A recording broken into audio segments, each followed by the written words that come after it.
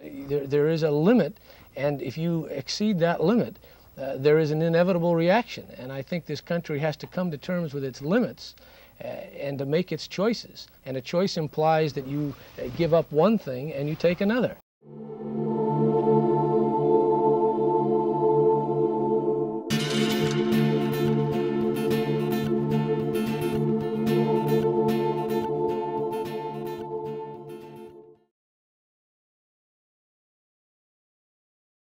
The fact is that there are limits to the planet. There are limits to a board, a commission, to a government. There are problems that cannot be solved. There are people who are incapable of certain tasks, who cannot run the 100-yard dash in 8 seconds, or who cannot work out a quadratic equation. There are people who cannot paint. There are societies that can't find jobs for PhDs.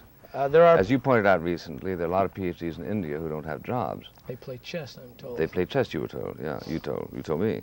Now, why is that? Why is that? Because it isn't because there is a surplus in India of highly educated talent. In fact, there's a great dearth of it. It is because of something else, right? Because there's a discrepancy between the end and the means. And if you set forth as a goal the solving of a problem, that doesn't mean you're going to solve it. If you have a problem and the problem is ignorance or the problem is unemployment, education may not be the solution to that. Right. A manpower training provides jobs for the trainor, not the trainee. Yeah, a pedigree does not produce a job. A major insight. But a job may produce a pedigree. But this is a major insight.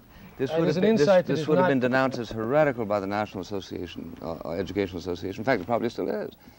But well, I vetoed a bill. 2 or 3 years ago. I vetoed a bill this week that would have required a college degree to write a particular, to have the competency to write a particular report in one of our government institutions. And I did so because I felt that there was no particular... That's the euthanasia of an entire class. There was no particular necessary relationship. It may be helpful, it may not. And there is a credentialization... You said that they could have a college degree without being able to write a paper, or you said that they couldn't... That in the absence of such a degree, it may well be that they could perform an excellent job as required by their position. And sure. In other words, that they shouldn't be required to have a college degree to qualify for any particular job. I couldn't agree with you more. It's a way, the college degree is a way of sorting in the society, but if you look at what learning is, learning teaches you to learn. Education provides its own justification in that it gives you the intellectual tools to think clearly. Yeah. It may or may not have anything to do with getting a job, and it should not be justified. Or finding solutions. Or finding a solution, because in fact there may be no solution other than acceptance. But it ought to teach you about irreconcilable, shouldn't it? And it ought to have a chastening effect on the overblown rhetoric of what we consider to be typical politicians' rhetoric, right? Well, if by that you mean Pollyanna optimism and the negation of thousands of years... No more wars in this century kind of stuff. Well, I think that any historical examination will show that every civilization that has risen has also fallen. Do you need to say any more? I mean, there are requirements to maintain one's position.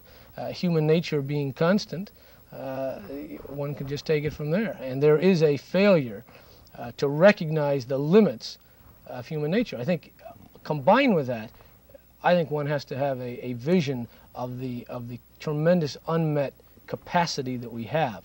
But that capacity may not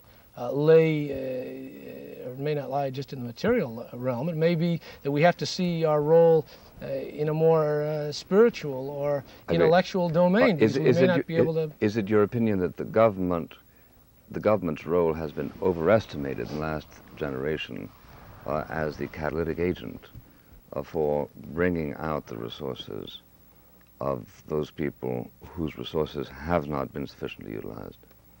Say that, just would you... What do you think? Most people in the last 20, 30 years have thought that the government is necessarily the agent that harnesses the skills and the abilities that are otherwise unutilized.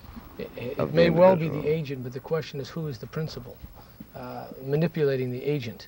And unfortunately, once this relationship of agency is created, it takes on a life of its own. And the idea that government has some omnipotence or omniscience is completely absurd and counter to all the thinking that went into this country.